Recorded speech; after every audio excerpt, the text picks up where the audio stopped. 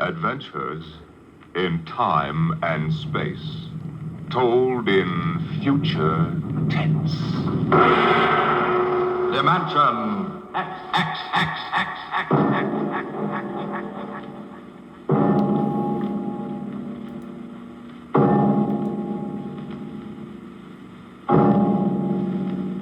The mind of man is still an unprobed field. Within it lie many mysteries still unsolved.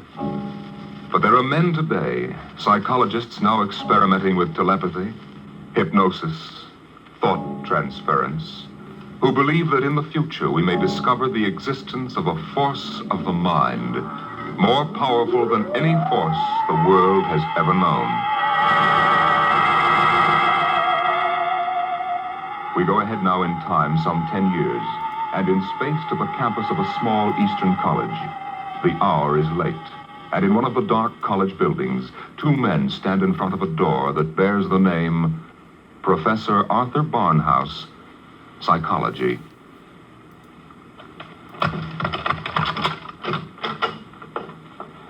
Well, here you are, Clinton. Thank you, Major. Here are the keys to the professor's desk and files. I guess you inherit everything now. You might as well dictate a full report while everything's still fresh in your mind. I'll wait and see you home. Oh, no, that isn't necessary. I'll be all right. You sure? After what's happened tonight, we wouldn't want you to have an accident, too. Major, after what happened tonight, I have a hunch the whole world is ripe for an accident. I'm afraid you're right, Clinton. Well, good night. Good night.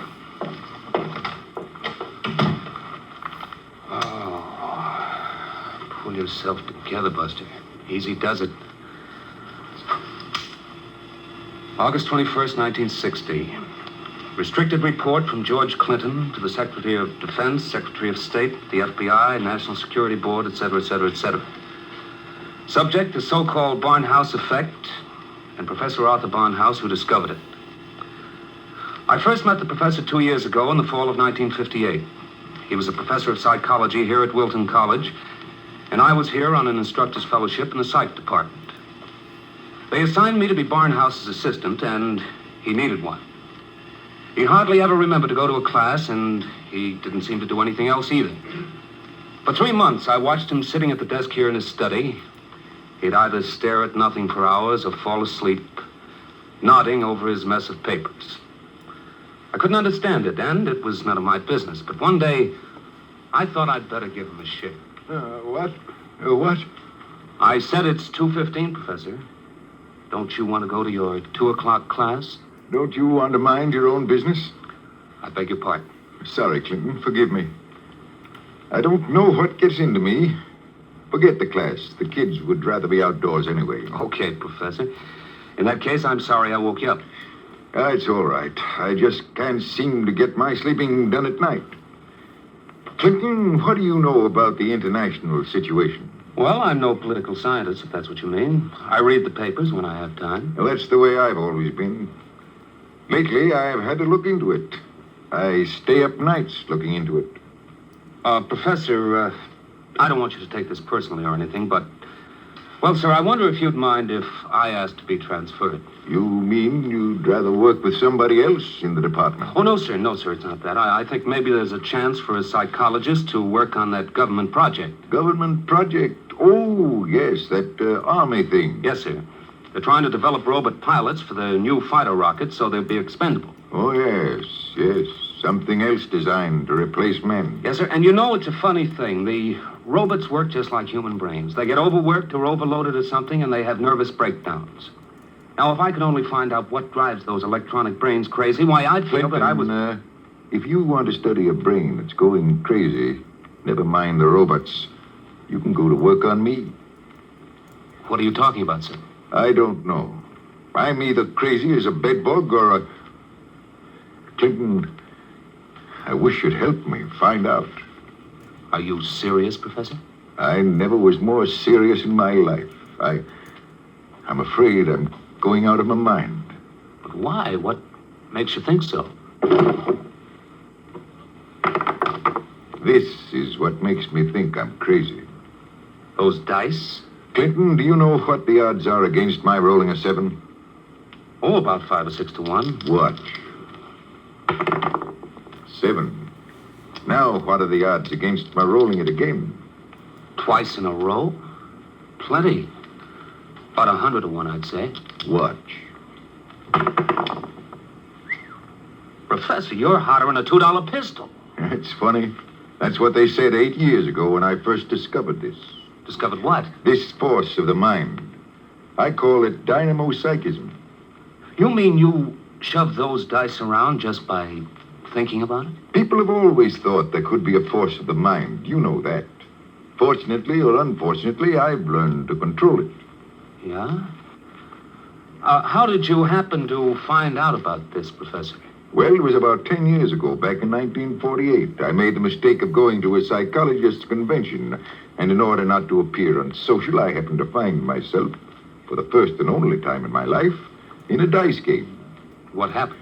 I didn't have the faintest idea what was expected of me, and someone told me to roll 7s. So I did. 10 of them. I'll bet you weren't asked back into that game. That night, in my room, I realized that it simply couldn't have been an accident, Clinton. I tried to reconstruct the exact scene, the position of my body, and finally, the thoughts in my mind. And that was what did it.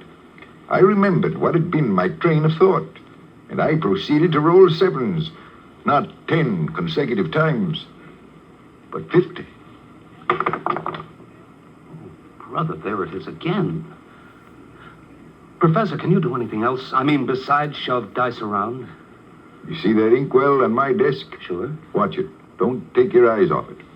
If nothing happens, say so, and I shall go quietly, even happily, to the nearest sanitarium. Okay, Professor, shoot. Hey, why, it just blew up. Yes, I'm sorry. I didn't mean to splash ink on your suit. That's okay, Professor. What was that funny noise? Oh, that. The dynamo psychic waves are a little like ultra-high frequency waves. Sometimes when I turn on the power, they create a kind of static. Listen, Professor, how much power have you got? Could you blow up anything, well, you know, big? I could flatten the Great Wall of China. Boy, you'll make the helio-oxygen bomb look sick. That's what scares me, Clinton. The thought that maybe I could use this power to save the world. Clinton, you've got to help me. Who, me? Professor, when it comes to international relations, I don't know from where. You'd better get in touch with the State Department. State Department? Yes, they'd be the ones, wouldn't they? Well, you probably want to be getting home now. I'll see you to the door. I could use a breath of fresh air. Okay, Professor. You better stop brooding about this. You get somebody else to do your worrying for you. Yes, you're right. I have been brooding, wondering what to do. Just sitting and staring endlessly at that awful monstrosity across the way. You mean the old bell tower? Yes, I've gotten so I can't stand the sight of it anymore.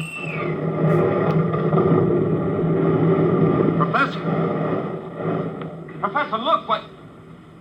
Oh, there's nothing left but a pile of rubble. Oh, my, I didn't really mean to do that. Well, you see, Clinton, it's got to the point where my lightest whim is more dangerous than a blockbuster. Professor, you get in and write that letter to the State Department right now. You packed too much of a wallop.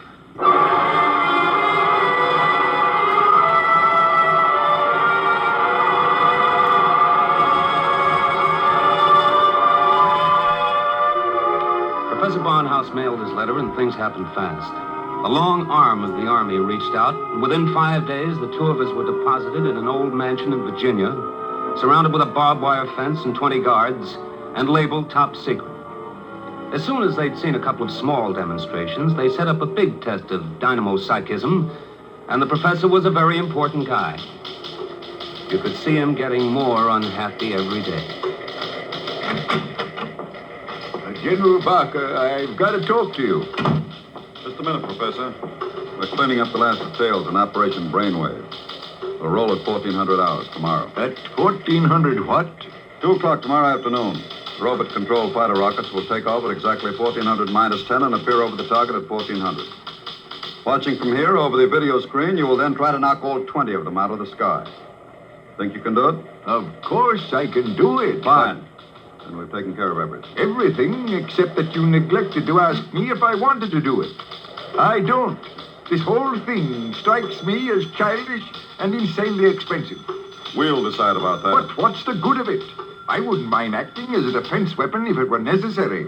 But I can make all wars and armaments unnecessary. I could give every nation what it needs. I could move mountains, build roads, dig irrigation canals. I have a technique which costs nothing and can do immense good. You're spending millions to prove that it can do immense damage. It doesn't make sense. You know something, General? He's right. Of course I'm right. I want you to send me and Clinton back to Wilton College. Right away. That's quite impossible, Professor. This operation has gone too far to be called off now. Yes, but... Even if we wanted to call it off. If your dynamopsychism really works, you're apt to be the key to our entire defense setup. But listen... You'll have to excuse me now. Major Cuthrell and I have to double-check the confidential list of the observers on this end. Have you got it, Major? Yes, General. It's right here. Alberts, Barker, Bernstein, Carter, Clinton, Cuthrell, Holbrook, Lawrence, Stein, Williams. Check. I guess that includes everybody of importance. What about me? What? Oh, that's taken for granted, Professor. Thanks. 1400 hours. Will you be ready? I'll be ready. And now, if someone will wind the restricted clock and put the confidential cat out, I'm going to bed.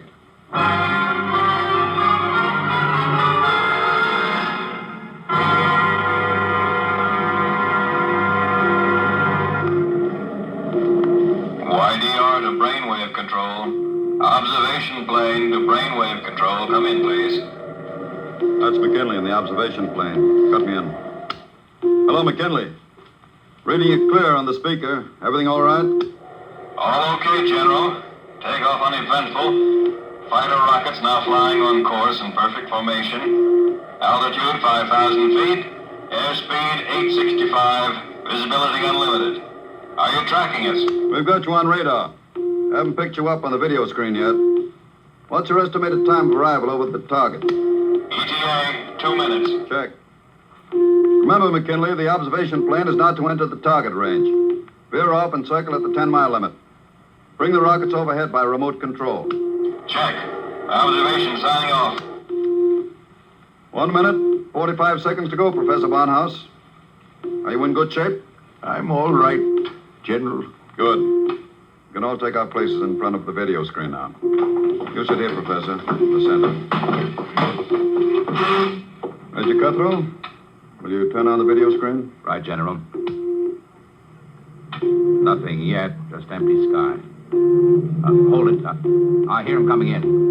There are 20 of them, Professor. You think you can knock them down at this altitude? Distance has nothing to do with it. I don't want anything to go wrong. You're sure you feel all right? General, I know I can do it. If that's all that's worrying you, let's call the whole thing off and save $20 million. There they are. They're coming in. Get ready, Professor. 10 seconds. 9, 8, 7, 6, 5, 4, 3, 2, 1. Now, wide open, Professor. Well, go ahead, Barnhouse. Knock them down. I did. Nonsense. All you've done is blank out the video screen. What went wrong? Did you give it everything you had? I was wide open, General. But it didn't work. They're still flying. What's that? It just took a few seconds to work. That's... Holy smoke, they're dropping like flies. McKinley to brainwave control. What's happened to these rockets? They're going down like flame. By heaven, it works. It really works. Cuthrell, get Washington on the line. Barnhouse, I want you to... Hey, where's Barnhouse? He was right here. Clinton, where's the professor? Got me, General. We were all staring at the video. He must have walked out. Get moving, everybody. Let the guard search the house. Yes, sir. If anything happens to that man... General Barker. General Barker. What is it, Corporal? Corporal Gray guard at the main gate. Sir, Professor Barnhouse is gone. Gone, where? He came tearing out of the gate at 40 miles an hour. Here's a note, sir. Threw it out of the car as it went by. I picked it up. Let me see it, quick. What got into that man? What does he say, General? Gentlemen, as the first superweapon with a conscience, I'm removing myself from your national defense stockpile. Setting a new precedent in the behavior of ordnance, I have humane reasons for going off. Signed, At the Barnhouse.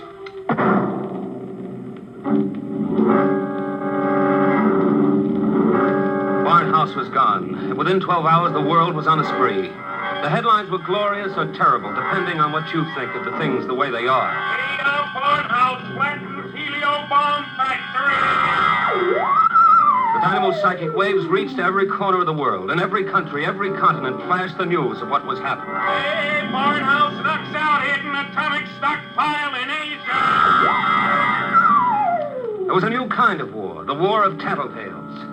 Secret agents of every country hunted for the hidden armaments of their enemies, yelled about them in the newspapers, and immediately there'd be that warning burst of Barnhouse static, followed by... Radio-controlled fleet blown up on secret maneuver! The professor was out to make peace or bust, and nothing like him ever was.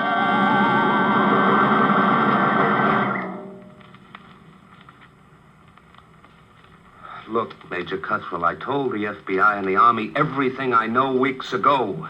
I've answered questions till I'm blue in the face. I didn't come here to ask questions, Clinton. I came to ask for your help. My help? That's right. To find Barnhouse.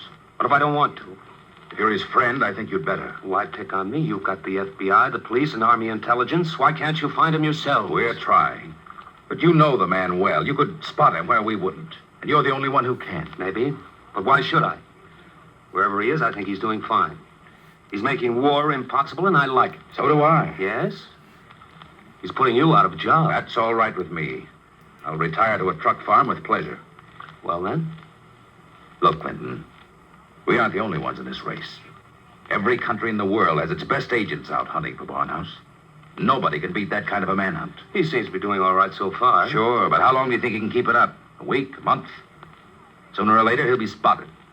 And if the wrong people find him, Clinton, we're done for. You know what kind of weapon this is. Whoever controls the Barnhouse Effect can control the world. Well, all right. Suppose they do find him. He'd never give the secret away. Never give it away. Are you out of your mind? You think these fellas are playing for marbles? Well, no, but... Read the papers, Clinton. Don't you know what's going on in the rest of the world? Yes, They'll get the secret out of Barnhouse, all right. What happens to him in the process won't be very pretty.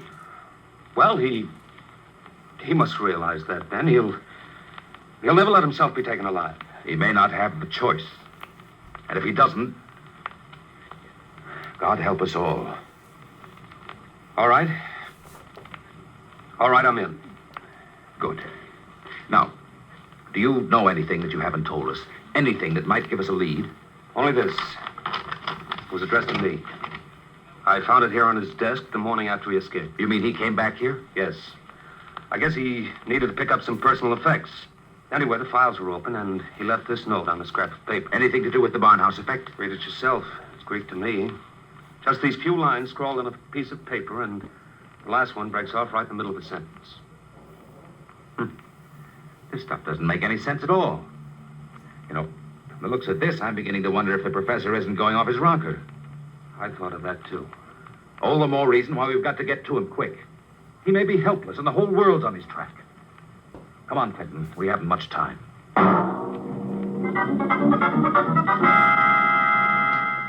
You say you do recognize this photograph, Mrs. Reardon? I tell you, it looks like Mr. Balfour's. He had the second floor front room for quite a while, but he left, I should say, about a week ago. Say, is he wanted for something? Yes, if he's the man I think he is. Well, now, I'd say you're looking for the wrong fella. That Mr. Balfour, he couldn't be a criminal. Why, he wouldn't even harm a fly. He spent all his time in his room, just thinking.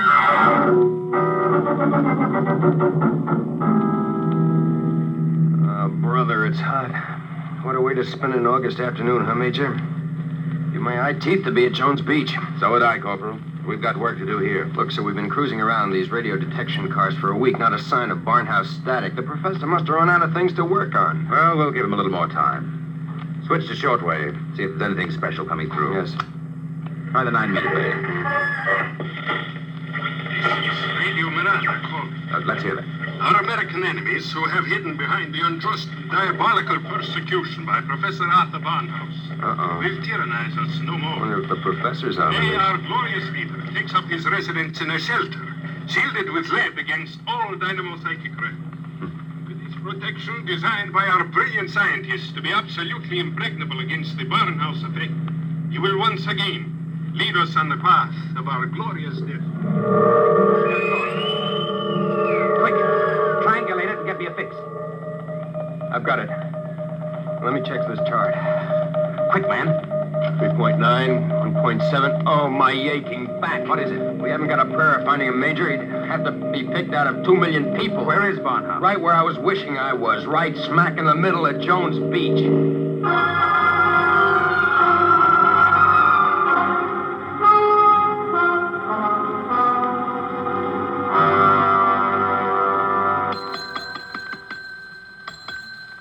Sorry, gents, we're full. No more rooms tonight. We don't want a room.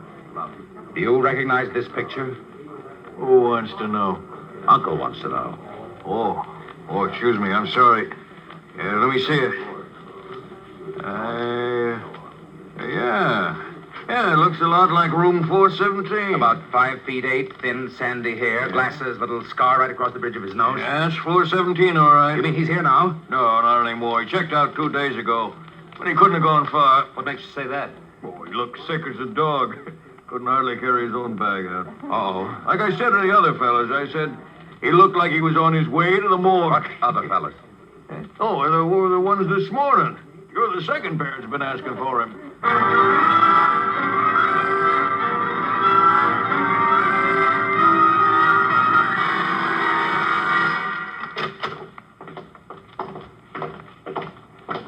Here we are, Ward 15. This way, gentlemen. You're sure he's here, nurse? Oh, yes. Thank heaven we're in time. Well, I wasn't on duty when he came in, but one of the other girls told me he collapsed in the street. The ambulance brought him in. Poor guy, he must have really had it rough. Oh, here you are. Bed number 78. This is your man. Wait a minute. This is Barnhouse? But I was perfectly sure. Oh, wait, let me check his chart. Dismissed 8 p.m. Only an hour ago. Oh, dear, now I remember. Remember what? If he was sick, why did you let him go? Well, 2 of his friends came and took him away. They didn't want him in the charity ward. They said they'd make sure that he was taken care of.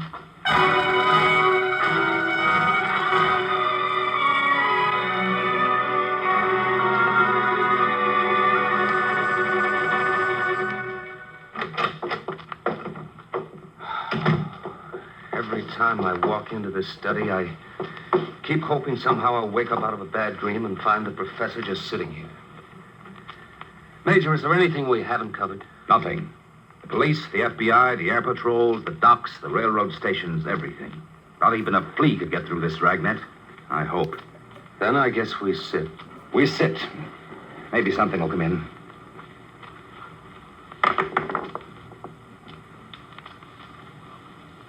You have to roll those dice. I'm sorry. I wasn't thinking. An hour. That's what's driving me crazy. 1 hour sooner and he'd have been in our hand, not theirs. I know. Well, maybe he's still all right. How can he be all right? He's in the hands of a foreign power. We don't know that for sure. The professor was a likable little guy.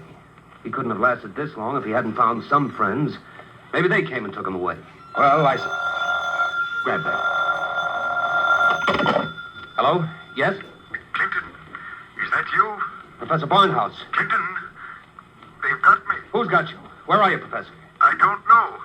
They said something about taking me to an airport. An airport? Which one? Listen, Clinton, I've got to tell you. The inkwell. What are you talking about? Remember the inkwell? Professor Barnhouse. Operator.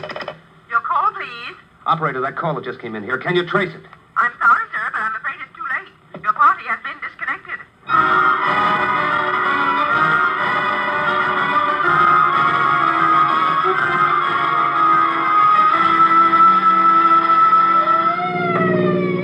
Where are we headed? He didn't say which airport, just a hunch. The commercial airfields are all covered. But there's a little private field out here, I remember. Hasn't been used in years. Better be the one. They didn't have too much of a start on us. Maybe we'll make it in time. Step on it, Corporal. Wide open, Major. How'd he sound? Did he say who had him? No, all he got out was airport and something about an Major, Mr. Clinton, there's a tail light up ahead. Must be another car going like the devil. You're right, I see it. They're turning into the airfield. Come on, faster. Hold everything. Look up ahead. They're switching the floodlights on at the field. There's the plane down at the other end, all warmed up and ready to go. We'll never make it on the road. Hang on, I'm going through the fence, right?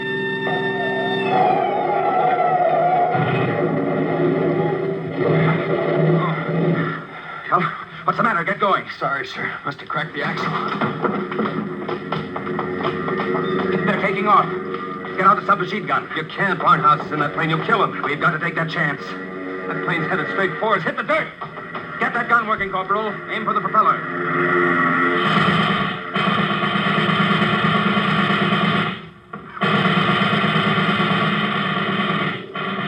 Couldn't get him, Major. Well, there goes the old ball game. I'll get through to Air Patrol, sir. Maybe they can intercept the plane. No, not a chance. By the time the fighters got off the ground, the plane would be out of range. No, we've lost, Barnhouse. Nothing can save us now. Hey, what?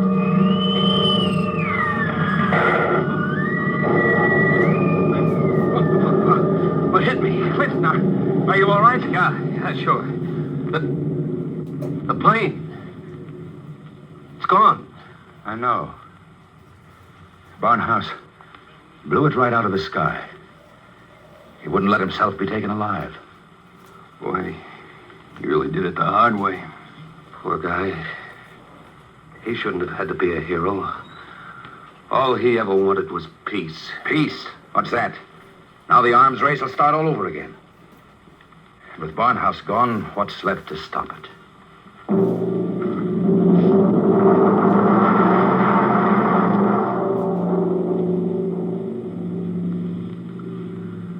So they brought me back here to the professor's old study to dictate this report. I'm sitting here at his desk, and it's just the way he left it. Papers all over, even his old pair of dice. Arthur Barnhouse is dead. That's going to be good news for some people when they find out. The saber rattlers of the world will be busy as of tomorrow morning, getting ready to whoop up another war. But I'm afraid they're in for a little surprise. 3 a.m. now. And before morning comes, I intend to vanish, disappear completely. That's the last that anybody will ever see or hear of me directly. That's why I want to tell you now. I've been looking at the new inkwell here on the desk. The professor's last words were something about an inkwell. And in it, I found a little scrap of paper. Just a few words, but they complete the note I showed the major. The note that didn't make any sense. The whole thing makes sense now. Professor Barnhouse may be dead. But you haven't heard the last of the Barnhouse Effect. Not yet. I've been experimenting while I've been talking to you. And now the time has come for me to say goodbye. You see, I've just rolled my 50th consecutive 7.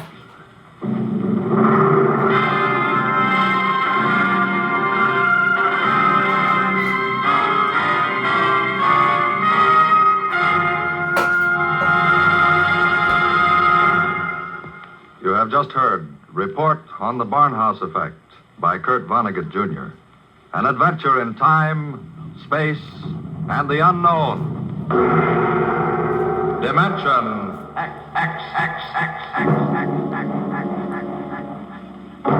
Next week, the strange story of the interspace rocket Star Cloud, which vanished mysteriously behind the Great Galactic Barrier in the year 1986. What happened to it and to its crew? We'll tell you next week.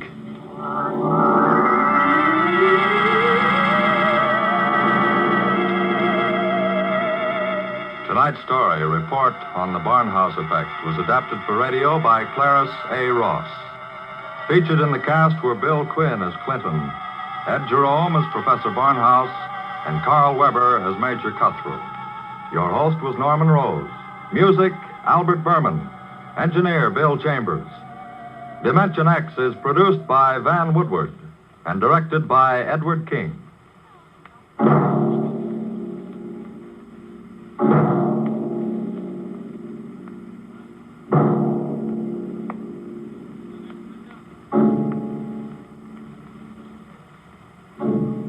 Tomorrow, hear Sam Spade. Now, it's Truth or Consequences on NBC.